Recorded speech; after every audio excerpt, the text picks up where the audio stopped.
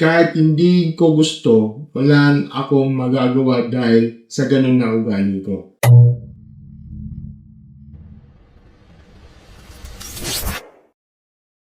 Hello sa inyo mga stories. Welcome back sa isa na naman another content dito sa ating channel Marky Stories. Ano nga pala si Marky, no? Alam niyo naman dito sa aking channel ng Marky Stories, no? Hindi tayo basta-basta sumasabay sa hype.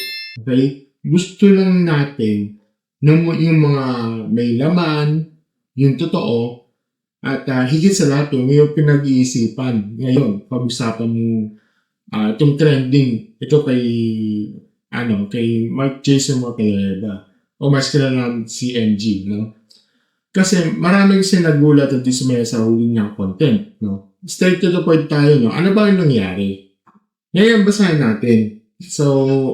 Okay. So, tinignan ko mga stories. Ito yung kanyang exact post ni MG.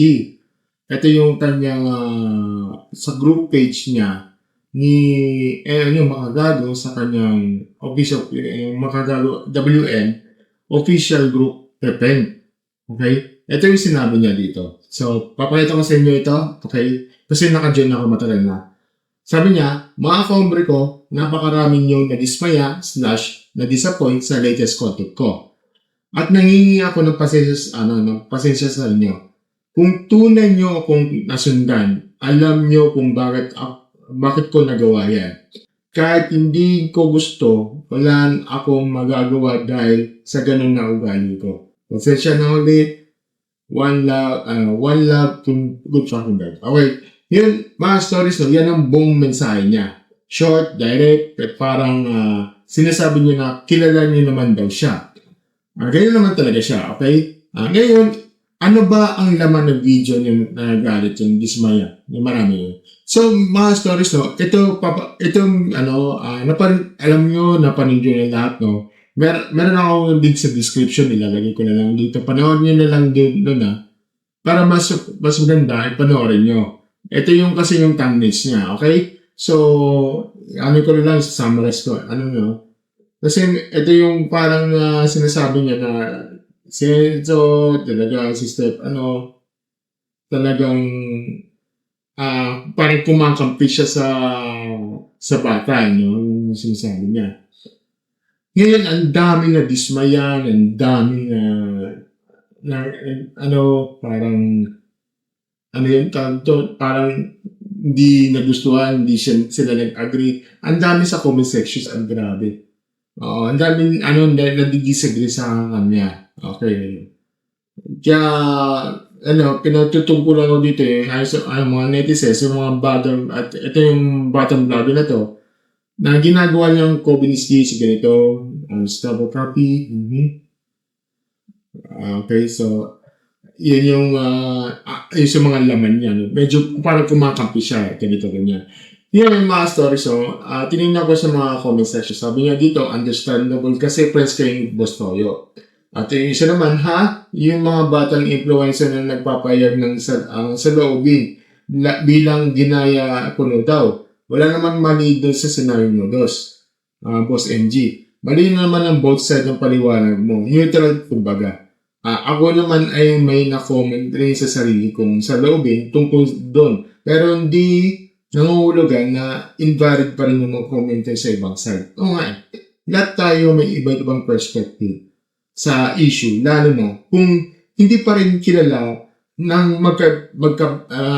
magkabilang panig. Nasa tao kung paano niya i-dissect yung payag, yung ginawa daw. Okay?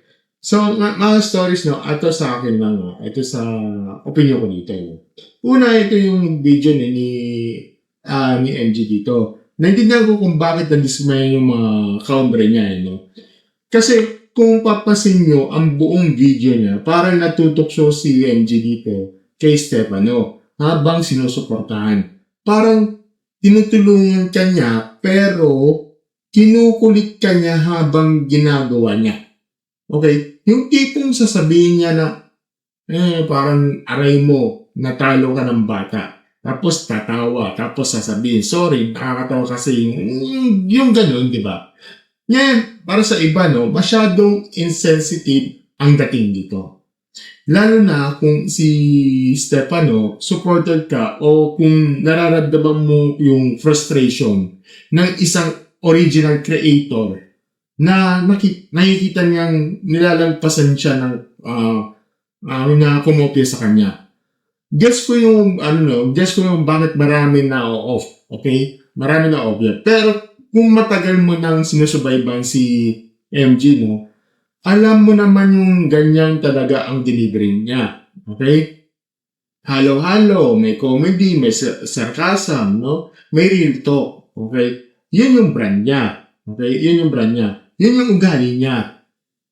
At yun din yung sinasabi niya sa kanyang apology post na basahin ko ulit basahin ko ulit. Kung tunay niyo akong nasundan, alam niyo kung bakit ko nagawa yun. Kahit hindi ko gusto, wala akong magagawa kasi dahil sa ganun ng ugali ko. Well, tanggap ko naman yun eh. Hindi ibig sabihin tama yun pero tanggap ko yan ng ganyang style. Okay? Ganyan yung style. Kaya pangalawa, no, tungkol sa issue ng si Stefan at yung batang vlogger. Mga stories, no, pag-usapan natin yung masinsin niya. May dalawang panig dito na pareho sila may punto. Ito pa si Stefan, siya gumawa ng formula. Siya nagpasikat, yung emotion scam, ang comedy skits yung Philippine social media. Kinaghirapan niya yun. Nag-build siya ng 6.4 million followers sa TikTok, 4 million sa Facebook, 1.58 naman million sa YouTube. Diba? Mula sa ground zero. Kumbaga, naging starts from the scratch yan.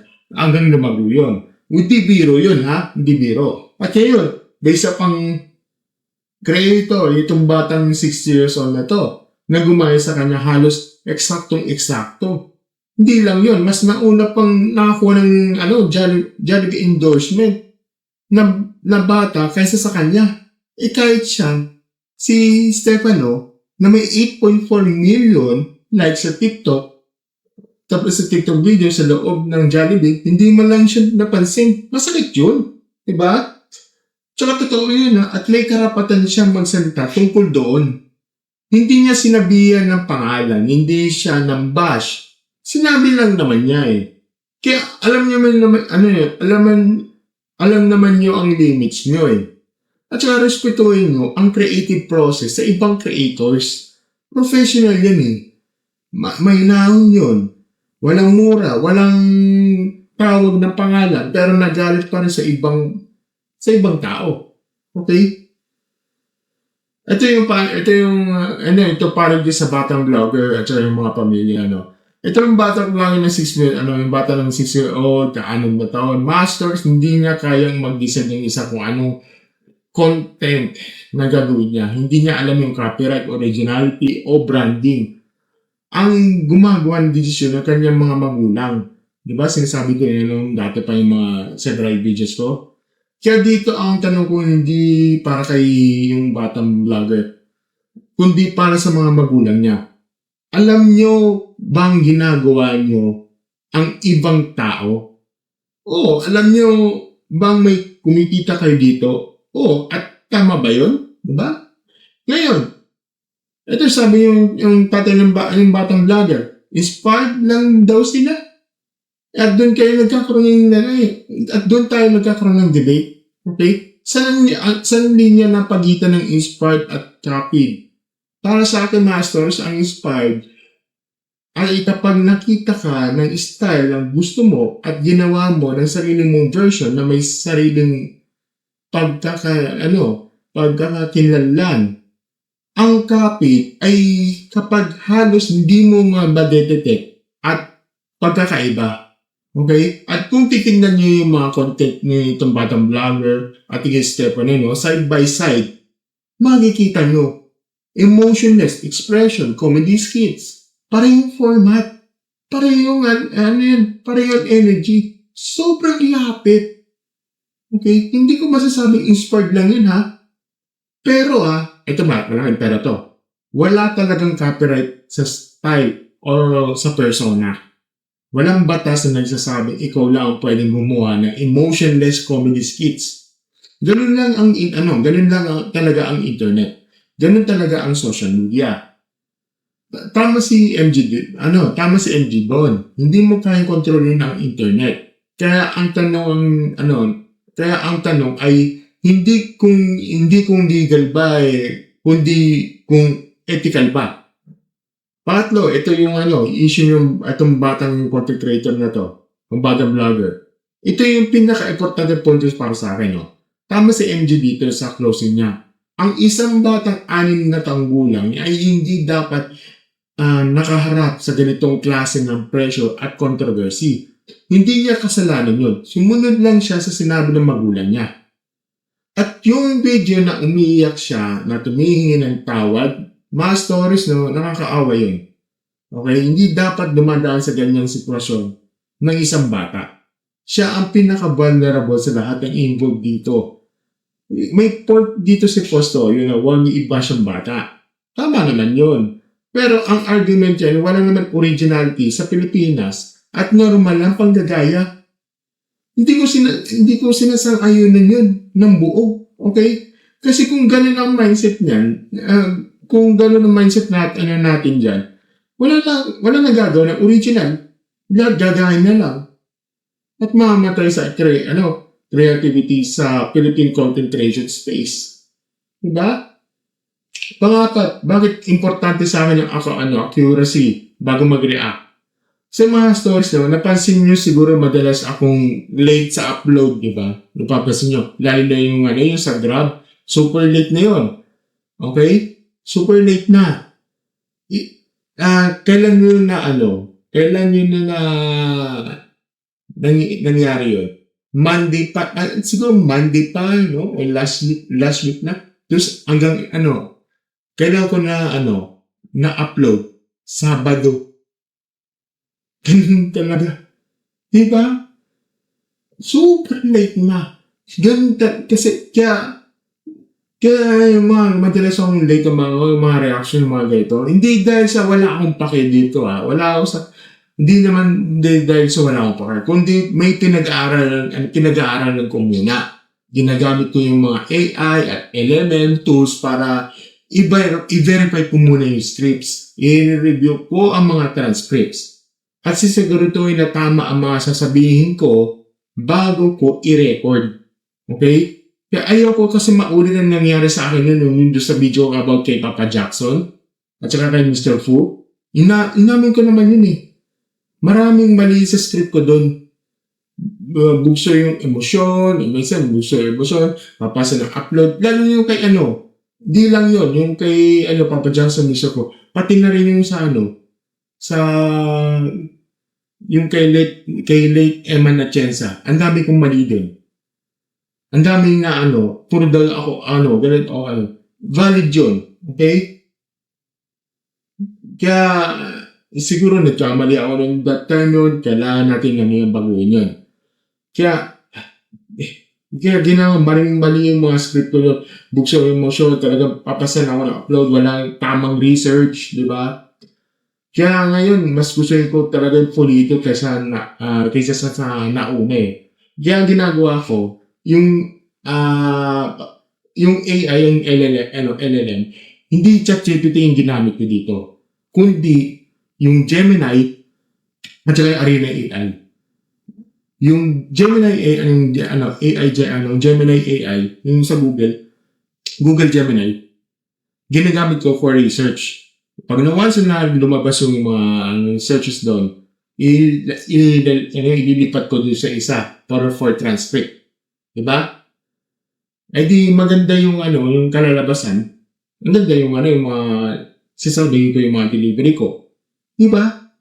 Iba sa mga comments, iba sa mga post, article, tinapaano ko muna. Okay? Kaya ngayon, mas gusto ko talagang pulido kaysa sa nauna. Mas gusto ko lang talagang tama kaysa sa trending. At yung mga commitment ko sa inyo bilang mga ka-stories ko, kakampi tayo sa katotohanan, hindi sa hype. Okay? So, mga stories, ito ang final thoughts ko.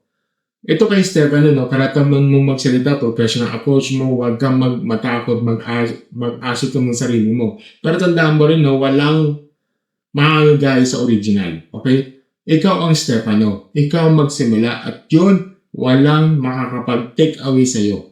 Sa mga magulang itong batang vlogger na ito na, protektahan nyo ang anak nyo. Huwag nyo siyang ilagay sa sitwasyon na hindi lang kayang i-handle. 6 na taon siya, dapat naglalaro siya, nag-aaral, nag-i-enjoy ng childhood niya. Hindi umiiyak sa camera para huminga ng tao sa isang bagay na hindi naman niya desisyon. Ito naman kay MJ naman, no, naiintindihan kita, sir. Naiintindihan kita, sir, no. Ganyan talaga mag-deliver. Iba din ako na may mga delivery yan, may mga style ako. Halo-halo. Pero guess ko rin yung mga bakit nasasaktan ng iba. Hindi mo kailangan magbago kung sino ka. Pero siguro minsan, i-consider mo na rin yung weight ng mga salita mo. Okay? Lalo na pagdating sa mga batang involved, di ba? At so, sa mga ka-stories dati, no, kanya-kanya tayo ng opinion dito, no? At okay lang yan. Okay, hindi naman okay kapag nagko-comment tayo ng walang alam sa buong kwento, no? Alamin muna bago tayo mag-react. At huwag nating i-bash yung sinumang bata kahit kailan. Okay? Ayan. At yun ang commitment ko sa inyo. Katotohanan, bago content. Diba? Research, bago reaction. Pulido, bagong paspasan. Diba? Kaya mga stories, no, salamat sa oras nyo, no, kung na-enjoy yung mga natutunan kayo, mapindutin nyo yung like button, share nyo sa mga kaibigan nyo, no? At mag-subscribe sa hindi pa kayo na-subscribe dito. No? Comment nyo na sa bar, ha, para sa inyo. Is bad ba o copied? Ano ba sa tingin nyo apology ni MG dito, no? Mga story, yun lang yung mga stories, no? So, as always, mga stories, thank you and have a good night, rest much. Bye!